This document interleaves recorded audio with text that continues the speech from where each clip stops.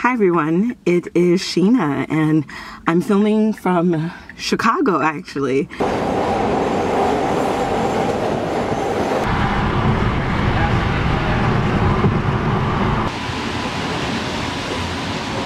I'm here to see my sister and my best friend who I'm waiting for her to come out. Are you filming yourself? Mm-hmm. Why? Because sometimes I say good stuff. Okay, no comment. I'm gonna record every moment of my life for those witty moments, those wisdoms, nuggets of truth. Well, and because I made, like, I'll use snippets. I won't actually use all the footage. I think you should make sure to use that one part. I wonder if that store, have you ever heard of a store in Chicago? It's called Moo and Oink. I feel like I have heard of it. And they have a commercial too. It's like, Moo and Oink. I haven't heard that part. Oh, we will have to look up the YouTube commercial of the store Moo and Oink. I am interested. That's where my grandma would get like her 5-pound thing of lard, which was old school for olive oil. And then she'd get the chitlins and, you know, pig feet, hog tongue. Old school for olive oil. That's a quote if I've ever heard one. That's cute. I'm glad. I love that this full line of groceries sells nachos, Italian beef, caps, socks, candy, t-shirts, and milk. It's never even been open. No, it's open 7 days from 8 a.m. to 8 p.m. I wonder how long that's been closed down forever. It seems. I just want to be by myself. I was like, I don't know if I don't take it personal if someone didn't want to stay with me. Yeah. Turn right onto West Ogden Avenue. Or I don't even think it's a reflection of like bouginess or something. I'm just, for me, it's just you have a preference. I like comfort. Yeah. So I personally don't like to be put in making the right turn. I don't like staying in places where I get uncomfortable. Again, like there's this thing where it's like, I don't know, it's like a thing for. It's just different when you grew up in the ghetto and then you just don't go back versus people being like, I'm gonna live in Chicago and we're gonna live in Pilsen and we're gonna, right. It's this thing, and I'm not a part of that thing. Like once I was older, I moved to Edgewater and Uptown and oh no, not that the apartments are bad. There's some great apartments in all these areas. Say, my place was nice. But I didn't have like, I didn't have the easiest of childhood, so I don't want a constant reminder of the streets I drive down. I was like, my parents came to this country with shit. Like literally nothing. Yeah. No family. I mean, they had their third cousins here and that was it. I was like, everything that they have in their life, they work for. And I was like, and my mother grew up like eating such nasty food. This is why she over seasons all her food, because she grew up eating like quasi-rotten meat probably. You know, like suspect stuff like that. I'm like, when you grow up like that, I was like, a person doesn't want to return ever. Exactly. I was like, she's earned the right to like do whatever make her money and do whatever she wants with her money. I was like, and plus my mother is one of the most generous people I've ever known in my life, and she doesn't need to justify that generosity to you or anybody else. Considering I couldn't stand wealthy white people having judgment. We have a quote about people of color and wealth. I'm like, I just need you to keep quiet. Just need you to keep quiet. Or even to like, I've even noticed like the language that like some people use for people of color that have money. It's almost like they express more disdain than if the person was white. What? Like they're more judgmental, like, oh, you're black and you have money, or like, oh, that person's so like the usage of the like uppity and whatever and blah blah blah, those concepts for like, you know, a well-dressed black person versus like we accept it as a norm for white people, and then black people are trying to do something. I'm like, no, it's already been done.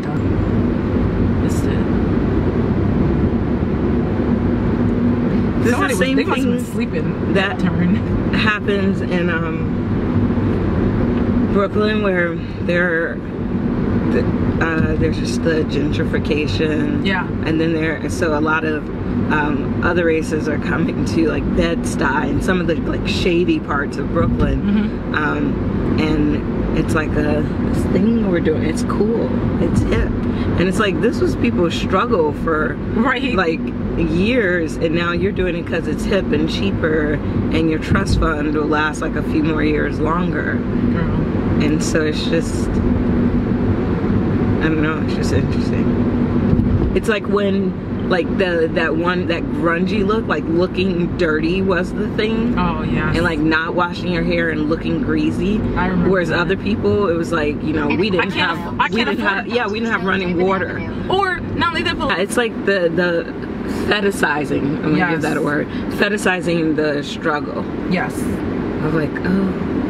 And it's also different. I mean, I won't get started on missionaries, but it's a different thing if you're going into the neighborhood to either be a missionary or to do community work or things like that. Then that, to be a neighbor. Yeah, to be a neighbor, and like that's what Red Moon is in Pilsen.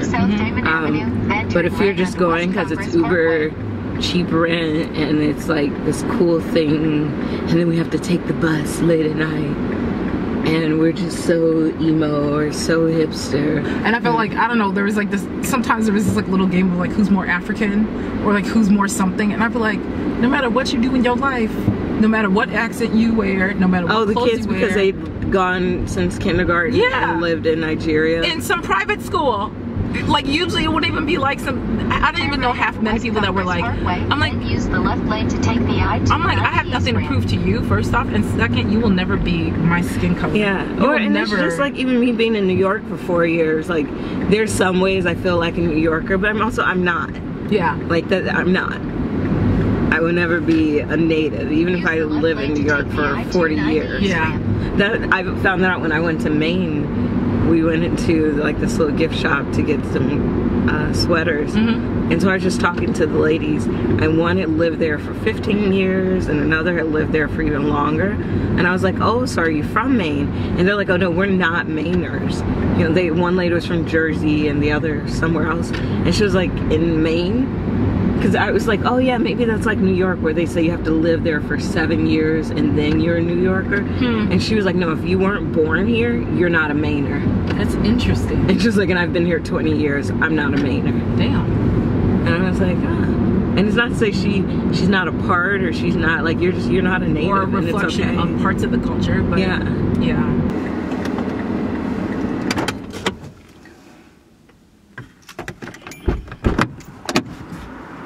Are you gonna stay in the car? Do you want me to? No, but I'm just wondering about your camera. Oh no, I'm gonna get it. No. But I want the action of me getting out. Nice.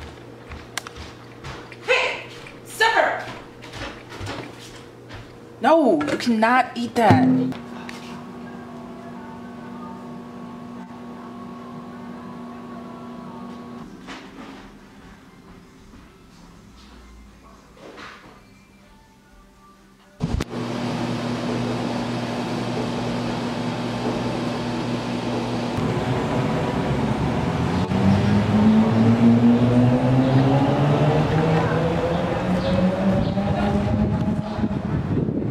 Like this crazy American bastardization. So in the 1930s, there's this guy named Don the Beachcomber.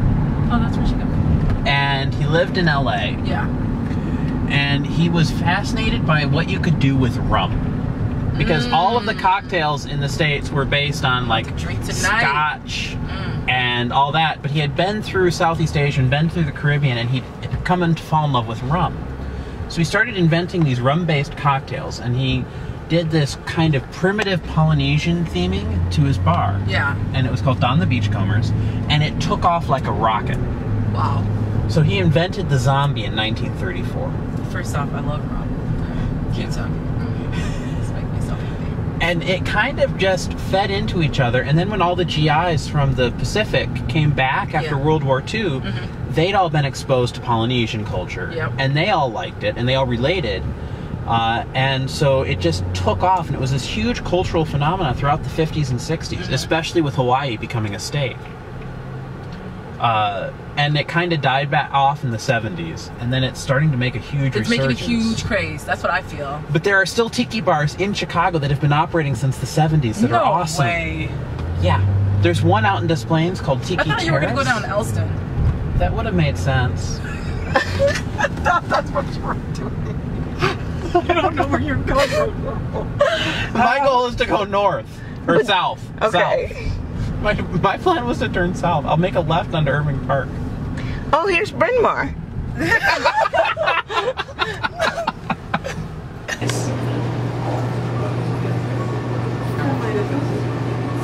We'll get one scoop. Yeah, I think I might. Maybe.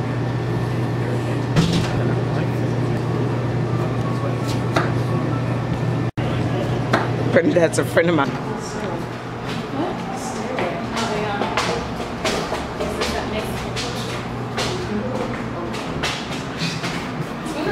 I said,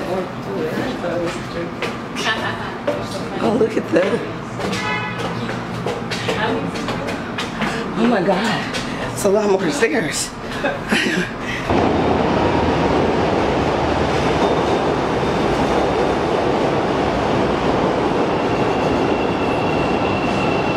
Talking on your phone or listening to electronic devices, so as not to disturb other customers. No, this is just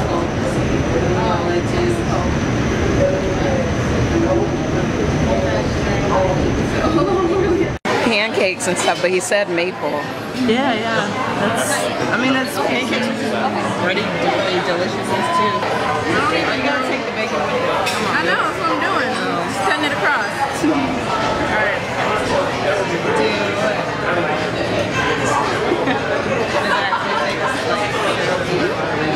Take the bacon. You know you want it.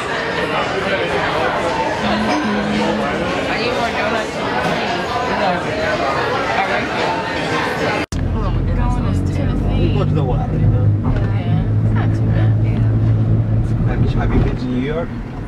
Yeah, she lives in New York actually. She lives in New York? Oh, you see Yeah. the big bridge over there? Yeah. You still get scared from it? Oh, I haven't like walked across it or anything, but I mean, I've seen it, been on it, and it's not, I mean, it's fine. I'd just rather like really like old rickety bridges. Like we went across this one that was really long and it was graded metal, just terrible. Isn't it this one right here, guys? Yeah. Oh yeah, I think so.